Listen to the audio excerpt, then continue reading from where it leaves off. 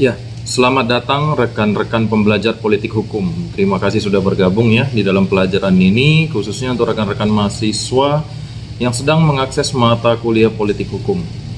Jadi ini merupakan awal pembelajaran kita, yakni politik hukum, karena dia lebih banyak mengantarkan, menjelaskan, dan mencoba mendiskusikan tentang hakikat politik hukum itu sendiri. Apa pentingnya politik hukum di dalam kehidupan berbangsa dan bernegara, khususnya untuk para pengambil kebijakan. Dalam hal ini pemerintah, mereka dipilih oleh rakyat dalam konteks demokrasi ini untuk mencapai tujuan negara ini berdiri dan memenuhi visi negara Indonesia, khususnya dalam proses pencapaian cita-cita kita bersama. Jadi mata kuliah ini mempelajari tentang hubungan politik antara hukum dengan ilmu hukum, serta konsep dan pengertian etimologis, partisipasi, pembentukan hukum, hukum dan masyarakat, pengertian bagaimana ideologi itu, politik hukum pidana, dan penanggulangan kejahatan. Jadi capaian pembelajaran dengan mempelajari mata kuliah ini diharapkan rekan-rekan mahasiswa sekalian mampu menguasai konsep dasar teoritis mengenai politik hukum dan masyarakat, serta latar belakang dan perkembangan politik hukum, serta teori-teori yang mendasarinya. Jadi dalam perkuliahan kita ini, sistem penilaian itu kita ambil dari presensi atau absensi sebanyak 10%, dari tugas itu sekitar 20%, UTS 30%, dan UAS 40%. Jadi dengan pembelajaran mata kuliah politik hukum ini dapat mendukung program Kampus Merdeka sebagai salah satu program dari pemerintah, yakni sebagai salah satu upaya kemerdekaan dalam berpikir dan berekspresi, memiliki daya analisa dan penalaran untuk menemukan kebutuhan dan kebijakan hukum, hubungan hukum dan masyarakat. Secara praktis dapat memberikan rekomendasi arah politik hukum, baik itu di pertanahan, baik itu politik hukum pidana sesuai asas-asas Pancasila, untuk mewujudkan generasi yang unggul, cerdas, berkepri kemanusiaan, dan mandiri. Jadi pertemuan pertama kita ini adalah bagaimana hubungan antara politik hukum dengan ilmu hukum. Pandangan hukum sebagai produk politik berkembang pemikiran bahwa hukum merupakan produk politik, sehingga setiap karakter produk hukum tersebut akan sangat ditentukan atau diwarnai oleh imbangan kekuatan atau konfigurasi politik yang melahirkannya. Jadi lahirnya pandangan tersebut dikarenakan kenyataan bahwa setiap produk hukum tersebut merupakan produk keputusan politik, sehingga hukum dapat dilihat sebagai kristalisasi dari pemikiran politik yang saling berinteraksi di kalangan para politisi. Jadi konsep dan pengertian etimologisnya, hukum itu dianggap sebagai tujuan dari politik adalah agar ide-ide hukum atau rechtsite seperti kebebasan, keadilan, kepastian, dan sebagainya itu ditempatkan dalam hukum yang positif, dan pelaksanaan sebagian atau secara keseluruhan dari ide hukum itu merupakan tujuan dari proses politik, dan hukum sekaligus merupakan alat dari politik. Politik itu mempergunakan hukum positif dalam peraturan perundang-undangan untuk mencapai tujuannya dalam arti merealisasikan ide-ide hukum tersebut. Politik dapat mengarahkan dan membentuk masyarakat kepada tujuan untuk memecahkan masalah dalam kemasyarakatan, di mana politik adalah aspek dinamis dan hukum merupakan aspek yang statis. Politik dan hukum adalah dasar dari politik hukum, dengan ketentuan bahwa pelaksanaan pengembangan politik hukum tidak bisa dipisahkan dengan pelaksanaan pengembangan politik secara keseluruhan. Atau dapat kita katakan bahwa prinsip dasar yang dipergunakan sebagai ketentuan pengembangan politik akan juga berlaku bagi pelaksanaan politik hukum yang diwujudkan melalui peraturan perundang-undangan. Peraturan perundang-undangan yang dibuat itu berperan dalam tujuan negara apabila dikaitkan dengan susunan masyarakat, dan nilai-nilai dimulai dengan pilihan-pilihan mengenai nilai-nilai apa yang harus diwujudkan oleh hukum. Pilihan nilai-nilai sangat ditentukan oleh politik hukum yang berkuasa. Dimensi nilai-nilai bukan saja dijumpai saat peraturan perundang-undangan hendak diterapkan, melainkan timbul sejak peraturan perundang-undangan itu hendak dibuat. Faktor nilai yang menimbulkan perbedaan dalam kehidupan hukum lebih disebabkan oleh kultur hukum yang terdiri dari sikap-sikap dan nilai-nilai keyakinan yang dimiliki dari masyarakat secara langsung, berhubungan dengan lembaga-lembaga pembentuknya, baik dipandang dari sudut positif ataupun sudut pandang negatif. Pengaruh itu akan semakin nampak pada produk peraturan perundang-undangan oleh suatu institusi politik yang sangat dipengaruhi oleh kekuatan-kekuatan politik yang besar dalam institusi politik tersebut. Pengaruh tersebut sangat memungkinkan mewarnai dalam pembentukan peraturan perundang-undangan. Jadi negara Kesatuan Republik Indonesia juga menyatakan diri menganut prinsip kedaulatan rakyat. Dalam penyelenggaraan negara, hal ini sebagaimana ditegaskan di dalam pasal 1 ayat 2 Undang-Undang Dasar 1945 yang menyatakan apa? Bahwa kedaulatan berada di tangan rakyat dan dilaksanakan menurut Undang-Undang Dasar. Jadi kalau kita lihat partisipasi pembentukan hukum, kita mengutip dari menurut Yuliandri, partisipasi masyarakat itu dapat diartikan bahwa pada pokoknya semua pihak, baik dalam struktur kenegaraan maupun di luar struktur kenegaraan dan pemerintahan, itu dapat memprakarsai gagasan pembentukan undang-undang. Jadi walaupun ditentukan bahwa inisiatif yang bersifat resmi harus datang dari Presiden, DPR, atau dari DPD, konsekuensinya inisiatif dari lembaga lain atau pihak lain tetap harus diajukan melalui salah satu dari ketiga pintu tersebut, yakni Presiden, DPR, dan DPD. Proses pembuatan peraturan perundang-undangan setidak-tidaknya di atas kertas tidak lagi semata-mata menjadi wilayah kekuasaan mutlak pemerintah dan parlemen. Partisipasi dapat diartikan sebagai keikutsertaan masyarakat, baik secara individual, sebagai kelompok, secara aktif dalam penentuan kebijakan publik atau peraturan. Jadi dalam sebuah negara yang menganut sistem perwakilan, timbul anggapan bahwa tidak ada keharusan untuk melaksanakan bentuk partisipasi masyarakat, karena wakil-wakil rakyat itu bertindak untuk kepentingan rakyat. Sehubungan dengan itu, Prof. Bagirmanan pernah mengklasifikasikan terdapat dua sumber partisipasi yang dalam tulisannya terkait dengan proses pembentukan peraturan daerah. Yang pertama adalah dari unsur pemerintahan di luar DPRD atau pemerintahan daerah seperti kepolisian, kejaksaan, pengadilan, perguruan tinggi, dan lain-lainnya. Kedua dari masyarakat, baik individual seperti ahli-ahli atau yang memiliki pengalaman, atau dari kelompok seperti LSM sesuai keahlian atau pengalamannya. Jadi seturut dengan pembentukan hukum secara fungsional itu, kita bisa lihat nanti dalam bukunya Prof. Mahfud MD, dia mendefinisikan politik hukum itu adalah sebagai kebijakan hukum atau legal policy yang hendak diterapkan atau dilaksanakan oleh suatu pemerintahan negara tertentu. Dikatakan lebih lanjut bahwa wilayah kerja politik hukum itu dapat meliputi pelaksanaan ketentuan hukum yang telah ada secara konsisten, proses pembaruan dan pembuatan hukum yang mengarah pada sikap kritis terhadap hukum yang berdimensi ius constitutum dan menciptakan hukum yang berdimensi ius constituendum, serta pentingnya penegasan fungsi lembaga dan pembinaan para penegak hukum.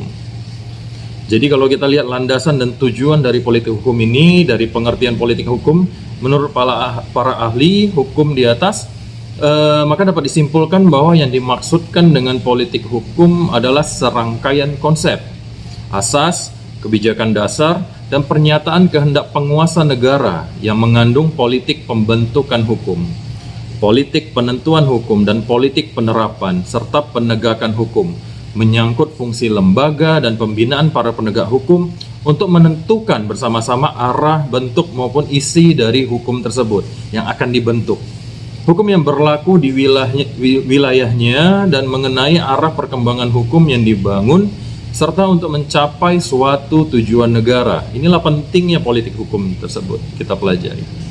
Jadi dasar pemikiran dari berbagai definisi didasarkan pada kenyataan bahwa negara mempunyai tujuan yang harus dicapai, dan upaya untuk mencapai tujuan itu dilakukan dengan menggunakan hukum sebagai alat untuk pemberlakuan dan atau penindakberlakuan hukum. Pemahaman politik hukum mencakup sebagai kebijakan resmi negara atau legal policy tentang hukum yang akan diberlakukan atau tidak diberlakukan dan digunakan untuk mencari kebenaran dan memberi arti hukum. Jadi pengertian politik hukum dapat diambil hal yang bersifat substansi atau unsur-unsur yang terkandung di dalamnya, yaitu adanya produk hukum yang ditentukan, adanya pihak atau organisasi yang berwenang, adanya ketentuan atau asas tertentu. Dan untuk mencapai tujuan negara, produk hukum yang dimaksud dalam politik hukum adalah hukum positif yang dibuat dengan memperhatikan gejala-gejala sosial lainnya, khususnya gejala politik yang mempengaruhinya. Jadi politik hukum itu apabila dipandang dari teori hukum murni, mempunyai makna bahwa hukum merupakan disiplin ilmu yang membahas perbuatan aparat yang berwenang dalam memilih alternatif yang sudah tersedia untuk memproduksi produk hukum atau karya hukum guna mewujudkan suatu tujuan negara. Politik hukum nasional tidak hanya dilihat dari perspektif formal, jadi yang memandang hanya kebijaksanaan hukum dari rumusan-rumusan, melainkan dilihat dari latar belakang proses keluarnya rumusan-rumusan resmi tersebut, fungsi instrumental hukum sebagai sarana kekuasaan politik yang kuat daripada fungsi-fungsi lainnya. Demikian juga saat ini kondisi pandemi COVID-19 ini membawa signifikan dalam pembentukan peraturan perundang-undangan dan membawa kebijakan sesuai dengan kebutuhan yang ada di tengah-tengah masyarakat. Jadi mengikuti perkembangan yang ada. Di masa pandemi COVID-19 ini, kayak seperti harga masker kita lihat, itu melambung dan ketersediaan masker di tengah masyarakat itu juga tidak cukup.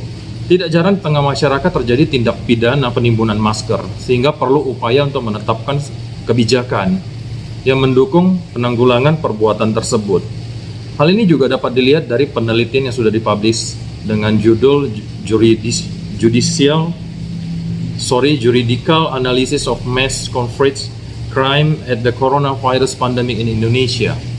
Ini jurnal yang diterbitkan di International Journal of Business, Economic and Law di bulan April. Jadi politik hukum itu juga memiliki peran dalam membentuk kebijakan, baik pada bidang hukum keperdataan, agraria, dan perdata, sehingga dapat mengatur kehidupan bermasyarakat untuk memenuhi keadilan, kepastian, hukum, dan kemanfaatan.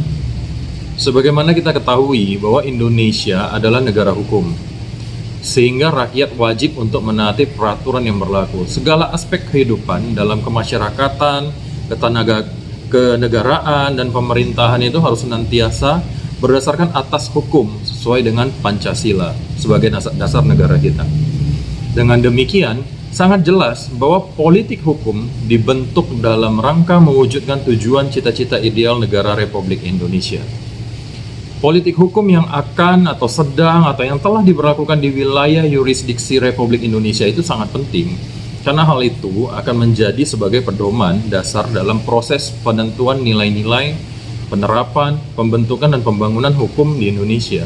Jadi secara normatif maupun praktis fungsionalnya, itu penyelenggara negara harus menjadikan politik hukum sebagai acuan pertama dan utama dalam proses-proses di atas. Jadi kalau kita lihat dari peran dan fungsi politik hukum, itu sangat dipengaruhi dan acap kali diintervensi oleh kekuatan-kekuatan politik. Seperti Prof. Mahfud mengatakan bahwa konfigurasi politik itu berkembang melalui tarik-menarik antara yang demokratis dan otoritarian.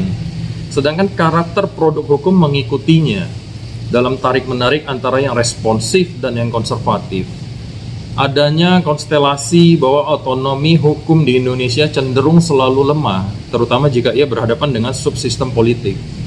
Tegasnya, konsentrasi energi hukum selalu kalah kuat dari konsentrasi energi politik. Jadi konstelasi ini dapat dilihat dari fakta bahwa pelaksanaan fungsi dan penegakan hukum tidaklah berjalan seiring dengan perkembangan strukturnya. Kenapa kita dapat katakan demikian? Karena jika program pembentukan hukum itu dijadikan ukuran, maka pembangunan struktur hukum telah berjalan dengan cukup baik dan stabil. Karena dari waktu ke waktu ada peningkatan produktivitas, tetapi pada sisi lain dapat dilihat juga bahwa fungsi hukum cenderung merosot itu karena ada minimal dua hal. Yang pertama, Coba kita lihat itu dari struktur hukum dapat berkembang dalam segala konfigurasi politik yang ditandai dengan keberhasilannya pembuatan peraturan perundang-undangan berbagai bidang hukum, tetapi pelaksanaan fungsi atau penegakan fungsi hukumnya itu cenderung semakin lemah. Yang kedua itu adalah ketidaksinkronan pertumbuhan antara fungsi dan struktur hukum. Itu disebabkan oleh terjadinya gangguan oleh tindakan-tindakan politik terhadap upaya penegakan fungsi hukum tersebut. Jadi politik hukum sebagai sarana penguasa dalam mengatur berbagai hal termasuk menciptakan kondisi di mana posisi hukum itu menjadi dominan, menguasai aspek-aspek lain termasuk mengkondisikan jalannya pemerintahan yang bersih, mendorongnya terjadinya pembangunan yang baik sesuai dengan tujuan negara. Hukum yang mulanya dianggap produk politik ini pada kenyataannya dapat menjelma sebagai sebuah kekuatan yang menimbulkan perbaikan sistem pemerintahan ke arah yang lebih baik. Jadi tergantung bagaimana menyikapi politik hukum tersebut. Sesuai kerangka demokrasi dan perkembangan saat ini, negara kesatuan seperti Indonesia itu mendorong pembangunan yang baik. Tidak melulu segala urusan itu diatur dan diselenggarakan oleh pemerintah pusat, akan tetapi juga menjadi wewenang satuan-satuan pemerintah di tingkat lokal seiring pelembagaan, desentralisasi yang semakin kuat. Negara Kesatuan Republik Indonesia itu melindungi segenap bangsa Indonesia dan seluruh tumpah darah Indonesia, memajukan kesejahteraan dan menegakkan hak asasi manusia. Setiap warga negara melalui penciptaan suasana yang aman, tentram, tertib, damai, dan sejahtera, baik lahir maupun batin, sebagai wujud hak setiap orang atas perlindungan agama, diri pribadi, keluarga, kehormatan, kemartabatan, maupun harta benda. Inilah yang jadi cita-cita kita melalui politik hukum ini. Jadi secara umum, kewenangan pemerintahan itu dapat diperoleh melalui atribusi, delegasi, dan mandat, serta tugas pembantuan. Cara memperoleh kewenangan tersebut juga menggambarkan adanya perbedaan yang hakiki antara berbagai level pemerintahan yang ada di suatu negara. Selain itu, pelaksanaan delegasi membuktikan adanya level pemerintahan yang lebih tinggi atau delegator dan level pemerintahan yang lebih rendah atau delegans. Secara khusus, kewenangan pemerintahan juga berkaitan dengan hak, kewajiban, dan tanggung jawab di antara berbagai level pemerintahan yang ada.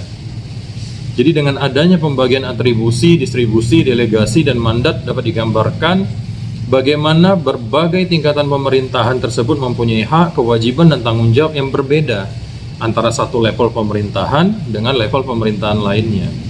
Jadi kalau kita lihat, meskipun Undang-Undang Nomor 32 Tahun 2004 tentang pemerintahan daerah sebagaimana telah diubah dengan Undang-Undang Nomor 12 Tahun 2008, jadi tentang perubahan kedua Undang-Undang Nomor 32 Tahun 2004 tentang pemerintahan daerah itu masih memaknai desentralisasi sebagai penyerahan wewenang, tetapi sesungguhnya hanyalah penyerahan urusan semata. Semuanya itu telah diatur di pusat. Jadi kalau kita lihat, hukum dan politik itu memiliki kedudukan yang sejajar. Hukum itu memberikan legalitas bagi kekuasaan politik. Sebaliknya, kekuasaan politik akan membentuk hukum yang efektif. Sehingga hukum adalah kekuasaan yang diam, dan politik adalah hukum yang action ataupun yang tetap bergerak. Hukum dan politik ini memiliki kedudukan yang sejajar. Hukum tidak dapat dikatakan sebagai bagian dari sistem politik, demikian juga sebaliknya. Realitasnya, hubungan hukum dan politik ini tidak sepenuhnya ditentukan oleh prinsip-prinsip yang diatur dalam suatu sistem konstitusi, tetapi lebih ditentukan oleh komitmen rakyat dan elit politik untuk bersungguh-sungguh melaksanakan konstitusi tersebut sesuai dengan semangat dan jiwanya. Jadi kalau kita lihat dari ada nggak penyelewengan dari prinsip hukum tersebut. Jadi realitas hubungan hukum dan politik tidak sepenuhnya ditentukan oleh prinsip-prinsip yang diatur dalam suatu sistem konstitusi, tetapi lebih ditentukan oleh komitmen rakyat dan elit politik untuk bersungguh-sungguh bagaimana melaksanakan konstitusi tersebut sesuai dengan semangat dan jiwa dari bangsa.